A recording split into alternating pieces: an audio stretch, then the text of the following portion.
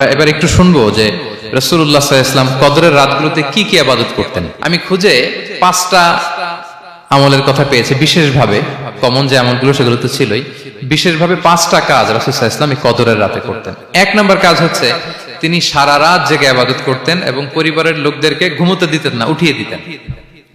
বছরের অন্য কোন সময়ে সারা রাত জেগে ইবাদত করার কোন নজির রাসূল সাল্লাল্লাহু আলাইহি ওয়াসাল্লামের জীবনে ছিল না।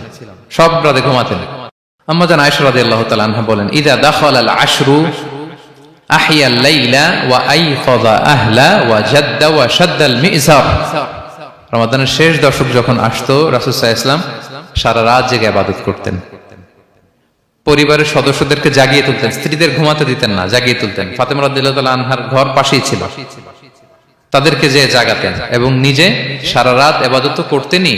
জাদ্দা ওয়া শাদ্দাল মিযার, খুবই বলিষ্ঠ ভাবে, খুব মজবুত ভাবে কোমরে গামছা বেঁধে নামার একটা এক্সপ্রেশন এখানে দেওয়া হয়েছে। মিজহার, ইজহার মানে হচ্ছে বাংলা করলে হয় লুঙ্গি। লুঙ্গি আমরা যখন খুব শক্ত কোনো কাজ করতে যাই তখন তারা কি করে, খুব টাইট করে লুঙ্গিটা বাঁধে। তার মানে বোঝানো হচ্ছে রাসূল সাল্লাল্লাহু আলাইহি ওয়াসাল্লাম কোমরে ভালো করে লুঙ্গি বেঁধে বা গামছা বেঁধে আটগাট বেঁধে নামতেন শেষ 10 দিনের জন্য। এই সময় তিনি মানে কাউকে কেমন যেন চিনতেন না, সবসময় ইবাদতে মগ্ন থাকতেন। এটা আমরা করতে পারি যে শেষ 10 দিনে, আর যেহেতু 3 দিন বাকি, আমরা একটা স্পেশাল প্ল্যান করতে পারি যে আমরা আমাদের সর্বোচ্চটুকু উজাড় করে দিয়ে লাস্ট 10 ডেজ অফ রমাদানের এই বরকত আমরা হাসিল করব, এটা যেন আমাদের মিস না হয়। তাহলে এটা আমরা একটা পেলাম। 2 নাম্বার হচ্ছে ইতিকাফ করা। রাসূলুল্লাহ সাল্লাল্লাহু আলাইহি ওয়াসাল্লাম রমাদানের শেষ 10 দিন ইতিকাফ করতেন। আমাদের আয়েশা রাদিয়াল্লাহু তাআলা আনহা বলেন, কানা ইয়াতাকিফুল আশরাল আওয়াখির মিন রমাদান। রমাদানের শেষ দশকে তিনি ইতিকাফ করতেন। হাত্তা তাওয়াফাহুল্লাহ, ওনার ইন্তেকালের আগ পর্যন্ত এই অভ্যাসটাই তিনি জারি রেখেছেন। সুম্মা আতাকাফা আজওয়াজুহু মিন বা'দি, তারপরে ওনার স্ত্রীরা ইতিকাফ করেছেন। আরেক বর্ণনায় এসেছে ইয়াতাকিফু কুল্লা রমাদান 10 আইয়াম, প্রতি রমাদানে তিনি 10 দিন ইতিকাফ করেছেন। কিন্তু যেই বছর তিনি ইন্তেকাল করবেন সে বছর তিনি 20 দিন ইতিকাফ করেছিলেন। প্রতি রমাদানে 10 দিন, আর যে বছর ইন্তেকাল করবেন সে বছর কয় দিন? 20 দিন তিনি ইতিকাফ করেছিলেন মসজিদে নববীতে। তাহলে আমরা এই রমাদানের শেষ দশকে এটা করতে পারি। 2 নম্বর পয়েন্ট হচ্ছে ইতিকাফ করা। তো আমরা যেন ইতিকাফ করার চেষ্টা করি। ইতিকাফ করতে না পারলে শেষ দশকের রাতগুলো যেন মসজিদে কাটানোর চেষ্টা করি, তা না পারলেও বাসায় যেন এই রাতগুলো আমরা মিস না করি। বিশেষ করে সেন্ট্রাল মস্কে তো অসাধারণ পরিবেশ, এটা হাইলি রেকমেন্ডেড। ইফ পসিবল আপনারা আসবেন, এখানে ইবাদতের চমৎকার পরিবেশ থাকে। 3 নাম্বার হচ্ছে রাসূল সাল্লাল্লাহু আলাইহি ওয়াসাল্লাম এবং জিবরাইল আলাইহিস সালাম যৌথভাবে কোরআন রিভিশন করতেন। খুব ইন্টারেস্টিং। সারা বছর যেটা নাজিল হতো, রমাদানে জিবরাইল আলাইহিস সালাম রাসূল সাল্লাল্লাহু আলাইহি ওয়াসাল্লামকে শোনাতেন, রাসূল সাল্লাল্লাহু আলাইহি ওয়াসাল্লাম আবার জিবরাইল আলাইহিস সালামকে শোনাতেন। সহিহ বুখারীর বর্ণনা, কানা জিবরিলু ইয়ালকাহু ফি কুল্লি লাইলাতিন মিন রমাদান ফায়ুদারিসুল কুরআন। প্রতি রমাদানের প্রতি রাতে এসে রাসূল সাল্লাল্লাহু আলাইহি ওয়াসাল্লামের সাথে কোরআন মুদারাসা করতেন। সহিহ মুসলিমের বর্ণনায়, আন্না জিবরিল কানা ইউআরিদুহু বিল কুরআন কুল্লা আমিন মাররা। প্রতি বছর রমাদানে একবার শোনাতেন বা শুনিয়েছেন। যে বছর তিনি ইন্তেকাল করবেন তিনি 2 বার শুনিয়েছিলেন। আরাদা ইউআরিদু মানে এটা ফ্রম বোথ সাইড। আরবি শব্দটা এমন যে জিবরাইল আলাইহিস সালাম শোনাতেন, এরপর রাসূল সাল্লাল্লাহু আলাইহি ওয়াসাল্লাম জিবরাইল আলাইহিস সালামকে শোনাতেন। কোরআন রিভিশন করা। তো এই শেষ দশকের রাতগুলোতে আমরা যেন বেশি বেশি কোরআন পড়ি। কোরআন তেলাওয়াত, কোরআনিক রিসাইটেশন হতে পারে, কোরআনের অর্থ পড়া হতে পারে, তাদাব্বুরে কোরআন হতে পারে, কোরআনের হালাকায় জয়েন করা হতে পারে। ইন ইটস এনি ফর্ম আমরা যেন কোরআনের সাথে অ্যাটাচমেন্টটা বাড়াই লাস্ট 10 ডেজ অফ রমাদানে। 4 নাম্বার কিয়ামুল লাইল করা। রাসূল সাল্লাল্লাহু আলাইহি ওয়াসাল্লাম কিয়ামুল লাইল করতেন এবং কিয়ামুল লাইল শব্দটাকে রাসূল সাল্লাল্লাহু আলাইহি ওয়াসাল্লাম কদরের সাথে জুড়ে দিয়েছেন। সহিহ বুখারীর বর্ণনায় তিনি বলেছেন, মান কামা লাইলাতাল কদরি ঈমানা ওয়া ইহতিসাবা গুফিরা লাহু মা তাকদ্দামা মিন যামবি। কদরের রাতে যে কিয়ামুল লাইল করে বিশ্বাস নিয়ে এবং নাজাতের প্রত্যাশা নিয়ে, তার পূর্বের সমস্ত গুনাহ আল্লাহ তাআলা ক্ষমা করে দিবেন।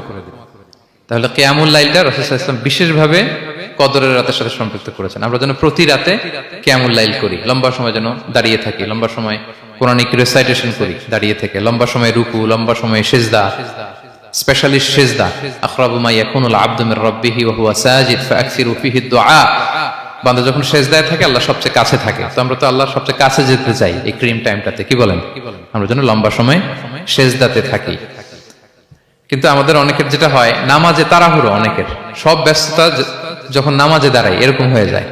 রাসূল সাল্লাল্লাহু আলাইহি ওয়াসাল্লামের সালাত যদি আমরা খেয়াল করি, বিশেষ করে কিয়ামুল লাইলে এত যে সুন্দর ছিল।